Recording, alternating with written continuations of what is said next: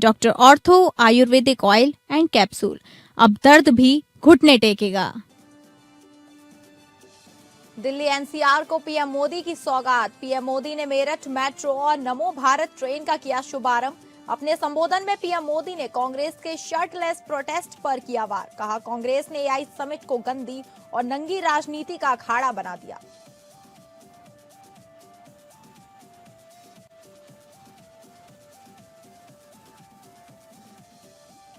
झारखंड विधानसभा के बजट में ग्रामीण विकास कार्य को दी गई प्राथमिकता। अनुपूरक बजट में पंचायती विभाग को मिले 605 करोड़ रुपए। सत्र के चौथे दिन मंत्री दीपिका पांडेय ने दी जानकारी। छत्तीसगढ़ के उप मुख्यमंत्री अरुण साव ने लोरमी प्रवास के दौरान मनियारी नदी पर निर्माणाधीन पुल का किया औचक निरीक्षण। पुल निर्माण की धीमी गति पर जताई कड़ी नाराजगी। अधिकारियों को लगाई फटकार। ठेकेदार पर कार्रवाई के दिए निर्देश।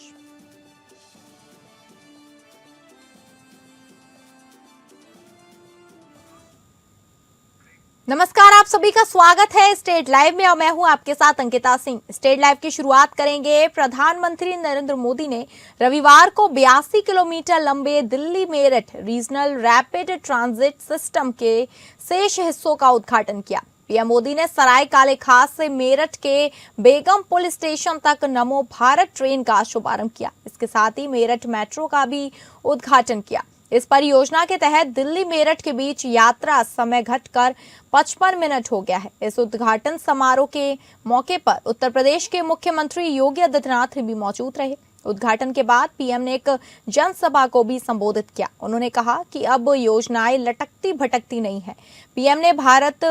पीएम ने मेरठ में विभिन्न विकास परियोजनाओं का शुभारंभ कर जनसभा को संबोधित करते हुए कहा कि हमारी कार्य संस्कृति है कि जिस काम का शिलान्यास किया जाए उसे पूरा करने के लिए दिन रात एक कर दिया जाए। इसलिए अब परियोजनाएं पहले की तरह लटकती और भटकती नहीं है। अब सराय काले खां, आनंद विहार, गाजियाबाद और मेरठ इन स्टेशन पर भारतीय रेल, मेट्रो और बस अड्डों को आपस में जोड़ा गया है। देश में ये पहली बार हो रहा है जब एक ही स्टेशन, एक ही ट्रैक पर नमो भारत और मेट्रो रेल चलेगी। यानी एक ही प्लेटफॉर्म से अपने शहर के अंदर भी यात्रा कर पाएंगे और उसी स्टेशन से सीधे दिल्ली भी आ सकते हैं। साथ ही पीएम ने एआई समिट में कांग्रेस के शर्टलेस प्रोटेस्ट पर भी तीखा हमला बोला। उन्होंने कहा कि एक वैश्विक आयोजन को कांग्रेस ने अपनी गंदी राजनीति का अखाड़ा बना दिया। पीएम ने कांग्रेस की रणनीति को आलोचना करते हुए कहा कि कांग्रेस ने नेताओं ने वहां जो कुछ किया वह दिखाता है कि देश की सबसे पुरानी पार्टी कितनी दिवालिया, कितनी दरिद्र हो गई है। कांग्रेस तो अपने ही देश को बदनाम करने में जुटी है। हम तो वो लोग हैं जो गांव में किसी के यहां शादी ब्याह होता है तो पूरा गांव उसे सफल बनाने में जी जान से जुट जाता है, ताकि मेहमान गांव की एक अच्छी छवि लेकर जाएं। कांग्रेस तो अपने ही देश को बदनाम करने में जुटी है। साथियों, कांग्रेस के नेताओं को मोदी से नफरत है। ये लोग मेरी कब्र खोदना चाहते हैं। मेरी मां को गाली देने से भी उनको कोई परहेज नहीं है। उन्हें भाजपा से विरोध है, उन्हें एनडीए से विरोध है। ठीक है, आपकी राजनीति में यही करना जरूरी है, चलो भाई, समझ सकते हैं। 100 से अधिक देशों की प्रतिनिधि भी उस समिट में भागीदार बने और उस समिट के माध्यम से हम सब ने इस बात को देखा है कि वैश्विक नेताओं ने आदरणीय प्रधानमंत्री जी के विजन का और उस विजन को जमीनी धरातल पर प्रभावी ढंग से क्रियान्वित करने की भी भूरी भूरी प्रशंसा की। हम सब ने देखा है कि कैसे फ्रांस के राष्ट्रपति मैक्रोन ने डिजिटल भारत की सफलता पर विस्तार से उस एआई समिट के अंदर अपनी बात को कहा था। अब बात करेंगे उत्तर प्रदेश की खबरों की, जहां समाजवादी पार्टी के राष्ट्रीय अध्यक्ष अखिलेश यादव झांसी दौरे पर पहुंचे, जहां उन्होंने एआई समिट में हुए हंगामे को लेकर बड़ा बयान दिया। अखिलेश यादव ने कहा कि विदेशी प्रतिनिधियों के सामने हंगामा करना गलत है, इससे देश की छवि खराब होती है और अंतर्राष्ट्रीय स्तर पर भारत का अपमान होता है। इसके साथ ही उन्होंने झांसी में चल रही बीड़ा योजना को लेकर सरकार पर तीखा हमला बोला। अखिलेश यादव ने कहा कि किसानों की जमीन कौड़ियों के रेट पर जबरन छीनी जा रही है, जबकि किसान अपनी जमीन देना नहीं चाहता। यह किसानों के साथ खुला अन्याय है। उन्होंने 1 वर्ष पूर्व हुए झांसी मेडिकल कॉलेज अग्निकांड का जिक्र करते हुए स्वास्थ्य व्यवस्था पर भी सवाल खड़े किए और कहा कि सरकार की स्वास्थ्य व्यवस्था पूरी तरह फेल है। इसके अलावा अखिलेश यादव ने झांसी पुलिस पर भी टिप्पणी करते हुए कहा कि पुलिस लगातार गांजा पकड़ रही है, लेकिन इसके बावजूद कारोबार पर अंकुश नहीं लग पा रहा है, जो कानून व्यवस्था पर बड़ा सवाल है। वहीं उन्होंने 2027 में पीडीए के दम पर सबसे अधिक सीट लाने की बात कही। कितनी खबरें बताएं आपकी, सब देखिए आपकी खबरें जो हम लोग पढ़ते हैं और देखते हैं लखनऊ में भी। और आजकल तो जमाना ऐसा है कि झांसी की जितनी चाहो उतनी खबरें निकाल लो आप। और हमारे मुख्यमंत्री कहाँ जा रहे हैं? किसी चापलूस ने उन्हें कहा, चापलूस का मन होगा जापान घूमने का, तो मुख्यमंत्री जी को जापान ले जा रहे हैं। सुना है वहां पे वनस्पति बहुत अच्छी मिलती है, और अभी तक तो वनस्पति की वजह से यहीं पर बदनाम हो रहे थे। अब बताओ, विश्व विख्यात हमारे हो जाएंगे मुख्यमंत्री जी कि वनस्पति के प्रति कितना प्रेम है उनको, और कितना गांजा पकड़ा जाता है बताओ झांसी में। ये क्या वजह है झांसी जैनपुर में और आसपास गांजा पकड़ा जा रहा है? कभी करोड़ों का, कभी लाखों का, कभी ट्रक के अंदर छिपा के ले जा रहे हैं, बताइए आप। और सुना एक अधिकारी यहाँ सीबीआई के छापे में पकड़ा गया। सोचिए जीएसटी में कितना बड़ा खेल चल रहा था। बगल का कानपुर पता करो आप, जीएसटी के अधिकारी गुटके वालों के बैठा दिए गए थे, और जब सेटिंग हो गई तो उसके बाद सब पुलिस हट गई वहां। इसलिए ये सरकार जाने वाली है। गुयाना के उपराष्ट्रपति डॉक्टर भरत जगदेव शनिवार को रामनगरी अयोध्या पहुंचे। उन्होंने अपने प्रतिनिधि मंडल के साथ रामलला का दर्शन पूजन किया। उन्होंने परिसर में बने अन्य मंदिरों में भी जाकर शीश झुकाया। उपराष्ट्रपति लगभग 1 घंटे तक मंदिर परिसर में रहे। इस दौरान उन्होंने निर्माण कार्यों का जायजा भी लिया। भव्य नव्य अयोध्या देखकर वे प्रफुल्लित हो उठे। इसके पहले शनिवार सुबह वे प्रतिनिधि मंडल के साथ निजी विमान से वाल्मीकि एयरपोर्ट पहुंचे। शंखनाद व कलाकारों के भावपूर्ण नृत्य के बीच एयरपोर्ट पर उनका भव्य स्वागत किया गया। वहां खाद्य व रसद मंत्री सतीश चंद्र शर्मा, जिला पंचायत अध्यक्ष रोली सिंह, महापौर महंत गिरीशपति त्रिपाठी, मिल्कीपुर के विधायक Chandra Bhanu Paswan, commissioner Rajesh Kumar, DIG Somen Verma, DM Nikhil Tikaram Phunde ने उनकी आगवानी की।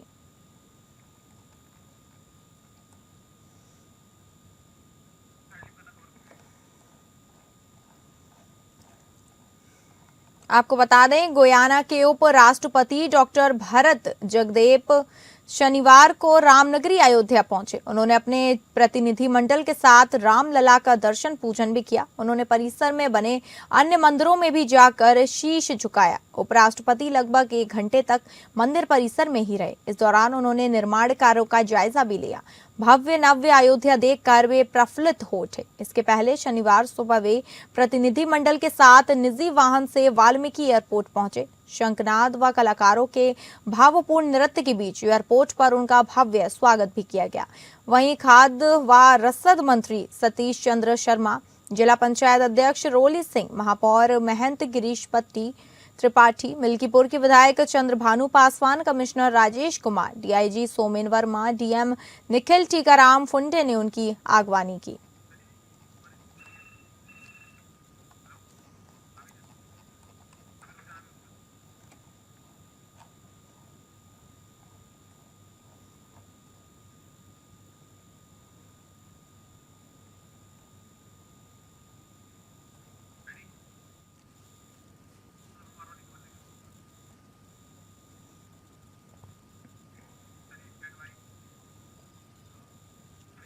हरदोई के CSN PG कॉलेज में हीरक जयंती समारोह का शुभारंभ हुआ। मुख्य अतिथि के रूप में झारखंड के राज्यपाल संतोष कुमार गंगवार ने कार्यक्रम में शिरकत की।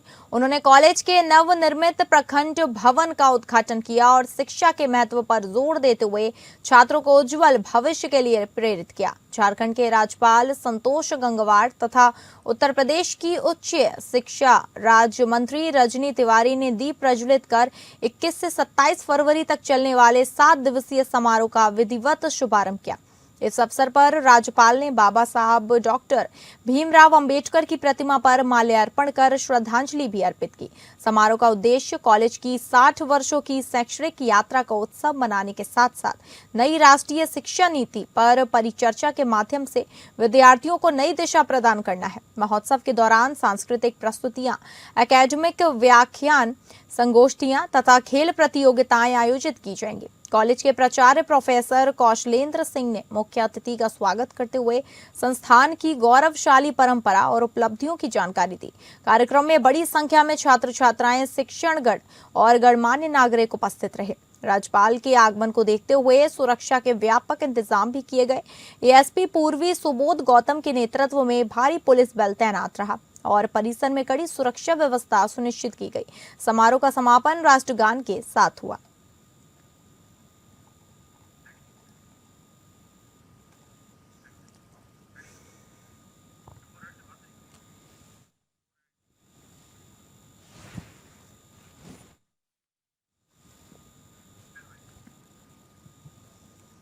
पीलीभीत में गन्ना राज्य मंत्री संजय सिंह गंगवार ने प्रेस वार्ता की। प्रेस वार्ता के दौरान सपा जिला उपाध्यक्ष मखदूम खान के मामले में पत्रकारों के सवाल पर उन्होंने कहा कि कौन मखदूम, मैं किसी को नहीं जानता, उनसे मेरी क्या बराबरी। समाजवादी पार्टी का तो यह कल्चर है कि जो बंधक बनाए, जो लूट करें, जो अपहरण करें, गुंडागर्दी करें, उसके साथ खड़े हो जाते हैं।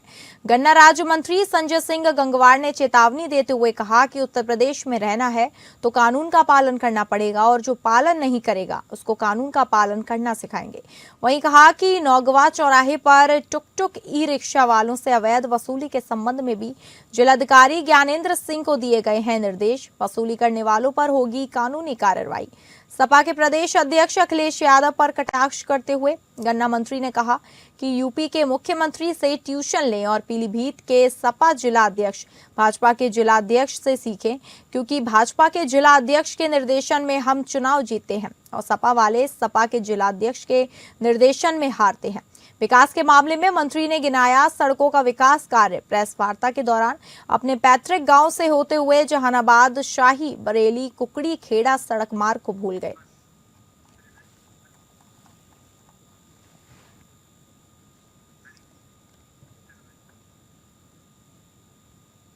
पीलीभीत की तहसील पूरनपुर में शनिवार को तहसील दिवस में जिलाधिकारी एवं पुलिस अधीक्षक ने विभिन्न सरकारी योजनाओं के पात्र लाभार्थियों को प्रमाण पत्र वितरित किए।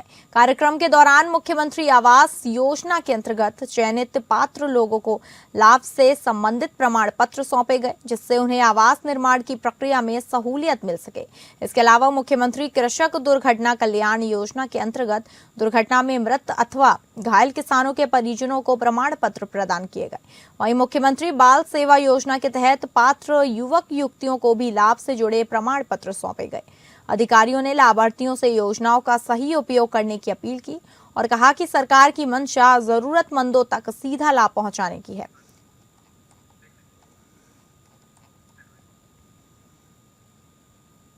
जहां झारखंड विधानसभा में आज राज्य की ग्रामीण विकास मंत्री दीपिका पांडेय सिंह ने मीडिया को संबोधित करते हुए बताया कि संसदीय कार्य एवं वित्त मंत्री राधाकृष्ण किशोर द्वारा सदन में पेश किए गए अनुपूरक बजट में राज्य के पंचायती विभाग को 605 करोड़ रुपए देने का प्रस्ताव लाया गया, तो वहीं ग्रामीण विकास को महत्वता देते हुए बजट पेश किया गया। ग्रामीण विकास मंत्री दीपिका पांडेय सिंह ने कहा कि सरकार गांव के समग्र विकास और पंचायतों को मजबूत करने के लिए लगातार प्रयासरत है। इस राशि का उपयोग पंचायत स्तर पर बुनियादी ढांचे के विकास, जन सुविधा के विस्तार और विभिन्न ग्रामीण योजनाओं को प्रभावी ढंग से लागू करने में किया जाएगा। उन्होंने ये भी कहा कि राज्य सरकार का उद्देश्य ग्रामीण क्षेत्रों में विकास की गति को तेज करना और पंचायतों को सशक्त बनाकर आम लोगों तक योजनाओं का लाभ पहुंचाना है। सरकार का मानना है कि ग्रामीण विकास को प्राथमिकता देने से राज्य के समग्र विकास को नई दिशा मिलेगी। वो हमारे विभाग के लिए बहुत विशेष है। खास करके पंचायती राज में राज्य में पहली बार स्टेट फाइनेंस कमीशन के अनुमोदन पर राज्य को 605 करोड़ रुपए पंचायतों के लिए मिला है, जो ऐतिहासिक है और इसके लिए हम लोग लगातार प्रयासरत थे। और इसके लिए मैं धन्यवाद देना चाहूंगी माननीय वित्त मंत्री और आदरणीय मुख्यमंत्री हेमंत सोरेन जी का। इसके अलावा जो ग्रामीण कार्यों में रोड और पुल को लेकर के बातें थी, 1717 करोड़ रुपए ग्रामीण कार्य के लिए मिला है। तो जो लंबित भुगतान और इन सब चीजों की बात लोग उठाते रहे हैं, उसका निदान होने जा रहा है। ग्रामीण विकास में भी मुझे लगता है कि टॉप 3 अगर आप बजट की बात करें, पहले 4-5 विभाग जो आते हैं उसमें हमारे तीनों विभागों को मिला है। मैं इसके लिए बहुत धन्यवाद करना चाहती हूँ वित्त मंत्री राधाकृष्ण किशोर जी का और माननीय मुख्यमंत्री जी का। गिरिडीह जिले के पूर्व जिला परिषद अध्यक्ष राकेश महतो की हत्या पर विधानसभा से लेकर पूरे राज्य में सियासत अब तेज हो चुकी है। ऐसे में प्रमुख विपक्षी दल भाजपा ने सरकार पर हमला बोलना शुरू कर दिया है। जानकारी दे दें कि राकेश महतो का अधजला शव गिरिडीह के नियमा घाट थाना इलाके के खांखी जंगल में मिला, जिसे पेड़ के पत्तों से जलाने का प्रयास भी किया गया है। इस मामले पर मंत्री सुदिव्य कुमार सोनू ने दुख जताते हुए आज सदन परिसर में अपराधी के जल्द पकड़े जाने का आश्वासन दिया। स्वाभाविक तौर पर राजनीतिक कार्यकर्ता यदि चुनाव लड़ते हैं तो राजनीतिक पार्टियां जो जिनसे संबंधित हैं, समर्थित हैं, अपना प्रयास करेंगी। सब लोग कर रहे हैं, हम लोग भी कर रहे हैं और ये कहीं से कोई अनुचित भी। झारखंड में निकाय चुनाव को लेकर सियासी हलचल तेज हो गई है। इसी क्रम में केंद्रीय महिला एवं बाल विकास मंत्री अन्नपूर्णा देवी बोकारो पहुंची, जहां उन्होंने चास नगर निगम चुनाव में भाजपा समर्थित उम्मीदवार के पक्ष में जोरदार रोड शो किया। बोकारो में आयोजित इस रोड शो के दौरान सैकड़ों की संख्या में पार्टी कार्यकर्ताओं और समर्थकों ने बाइक रैली निकालकर भाजपा के समर्थन में शक्ति प्रदर्शन किया। राज्य सरकार नगर निगम का कराना नहीं चाहती थी, कहीं न कहीं इसको भय था और ये साफ दिख रहा है। भय की वजह से आज वो बैलेट पेपर पर फिर चुनाव करा रही है।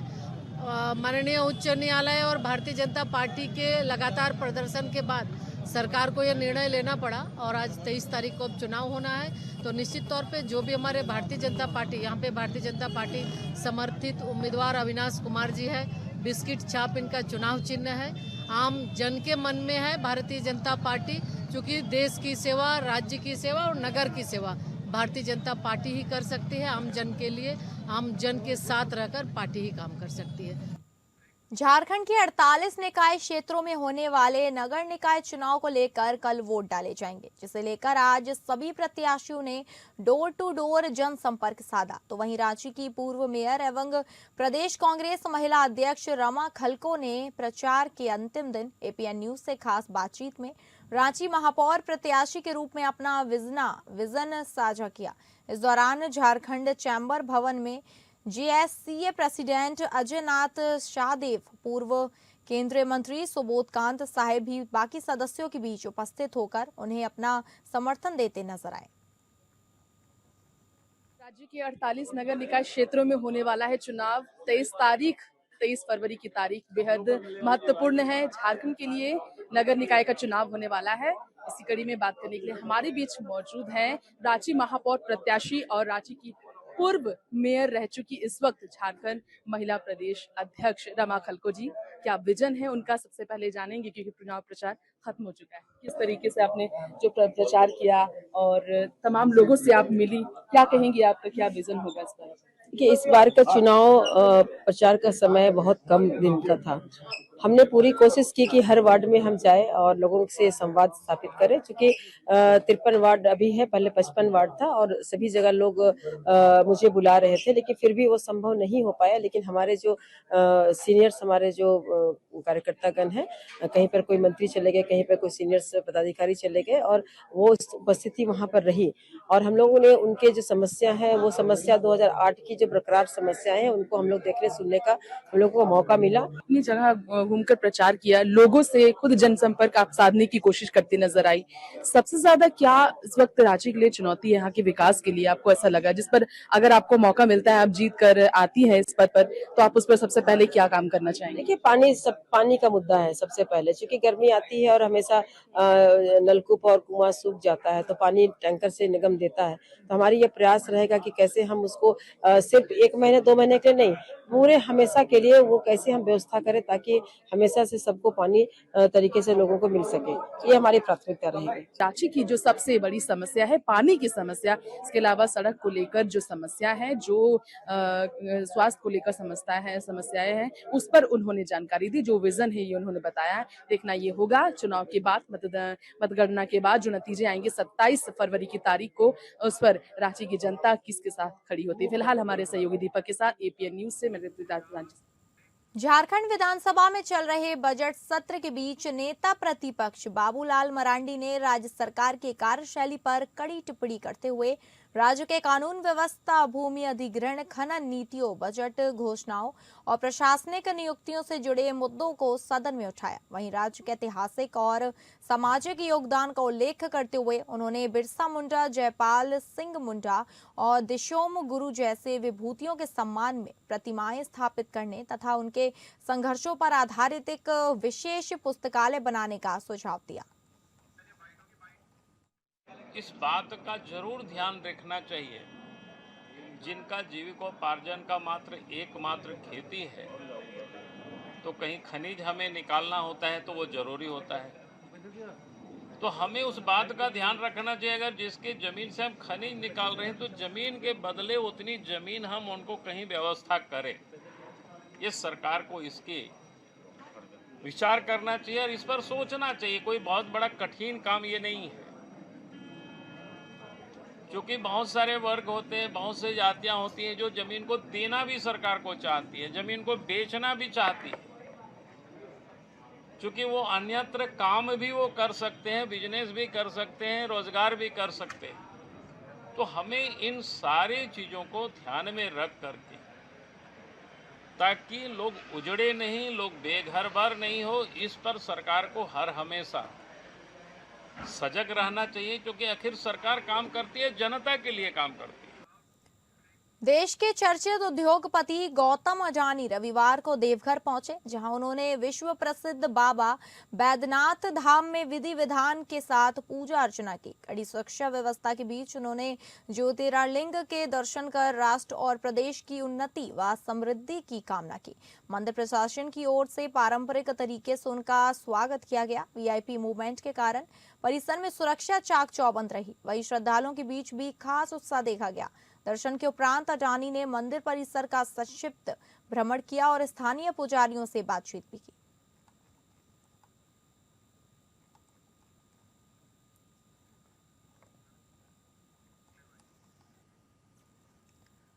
अब रुक करेंगे बिहार की खबरों की, जहां दिल्ली में आयोजित एआई समिट के दौरान यूथ कांग्रेस द्वारा किए गए विरोध प्रदर्शन के बाद सियासत तेज हो गई। भारतीय जनता पार्टी लगातार कांग्रेस पर हमलावर है। इसी कड़ी में भागलपुर में भाजपा युवा मोर्चा के कार्यकर्ता सड़क पर उतर आए और कांग्रेस तथा राहुल गांधी के खिलाफ जमकर नारेबाजी की। भाजपा युवा मोर्चा के कार्यकर्ताओं ने दानवीर भामाशाह चौक पर कांग्रेस नेता राहुल गांधी को गद्दार बताते हुए उनका पुतला दहन किया। प्रदर्शन के दौरान कार्यकर्ताओं ने कांग्रेस के खिलाफ आक्रोश जताया और प्रधानमंत्री पर भी की गई टिप्पणी को दुर्भाग्यपूर्ण बताया। भागलपुर बीजेपी के जिलाध्यक्ष संतोष शाह ने कहा कि कांग्रेस की यह साजिश और प्रधानमंत्री मोदी पर की गई आपत्तिजनक टिप्पणी को किसी भी कीमत पर बर्दाश्त नहीं किया जाएगा।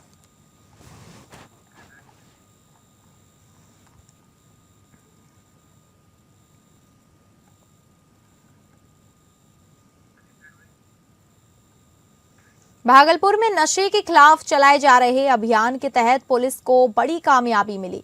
ईशा कचक थाना क्षेत्र में रेलवे लाइन के पास छापेमारी कर पुलिस ने 2 स्मैक कारोबारियों को गिरफ्तार किया है। गिरफ्तार आरोपियों के पास से 14 पुड़िया स्मैक और 90,000 रुपए नकद बरामद किए गए हैं। पुलिस को गुप्त सूचना मिली थी कि इलाके में स्मैक की खरीद बिक्री की जा रही है। सूचना के आधार पर पुलिस टीम मौके पर त्वरित कार्यवाही करते हुए पहुंची और छापेमारी की। पुलिस को देखते ही मौजूद युवक भागने लगे, लेकिन पुलिस ने तत्परता दिखाते हुए 2 आरोपियों को पकड़ लिया।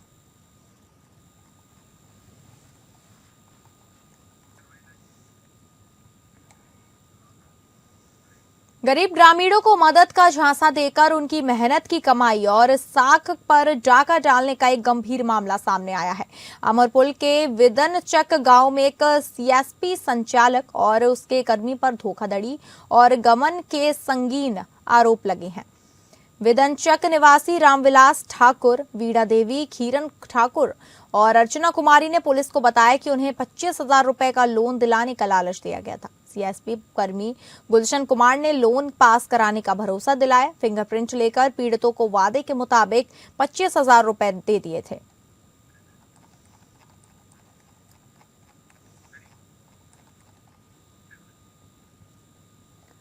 प्रगति और परंपरा की धरती बांका ने शनिवार को अपना 36वां स्थापना दिवस एक उत्सव के रूप में मनाया। आरएम के मैदान में आयोजित मुख्य समारोह में जिले के विकास का संकल्प और विरासत का गर्व साफ झलक रहा था। समारोह की शुरुआत माननीय विधायक राम नारायण मंडल, जिला पदाधिकारी नवदीप शुक्ला, पुलिस अधीक्षक उपनेंद्र वर्मा और डीडीसी उपेंद्र सिंह द्वारा संयुक्त रूप से दीप प्रज्वलित कर की गई।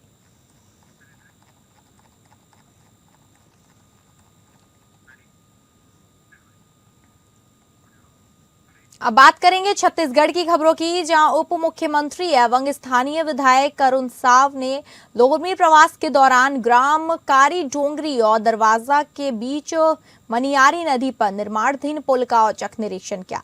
निरीक्षण के दौरान उन्होंने पुल निर्माण की धीमी गति पर कड़ी नाराजगी जताई और अधिकारियों को फटकार भी लगाई। डिप्टी सीएम ने कहा कि अब तक पुल का निर्माण पूरा हो जाना चाहिए था, लेकिन कार्य निर्धारित समय सीमा से काफी पीछे चल रहा है।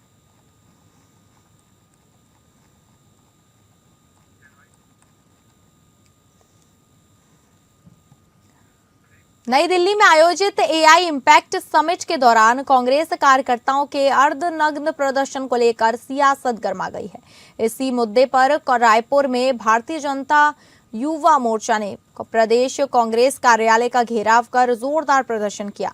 भाजयुमो अध्यक्ष राहुल टिकरिहा के नेतृत्व में हजारों की संख्या में कार्यकर्ता कांग्रेस कार्यालय की ओर पहुंचे और कांग्रेस के खिलाफ जमकर नारेबाजी की। स्थिति को देखते हुए कांग्रेस कार्यालय से पहले शंकर नगर टर्निंग पॉइंट पर पुलिस बल की भारी तैनाती की गई थी, ताकि कानून व्यवस्था बनी रहे।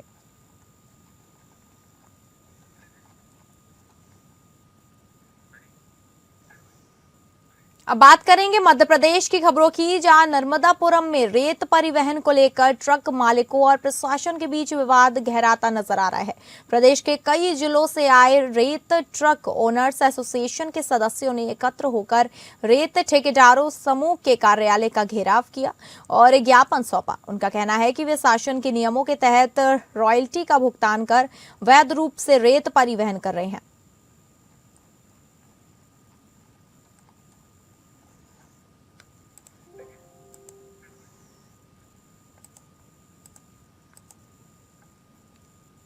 तो फिलहाल स्टेट लाइव में बस इतना ही। नमस्कार।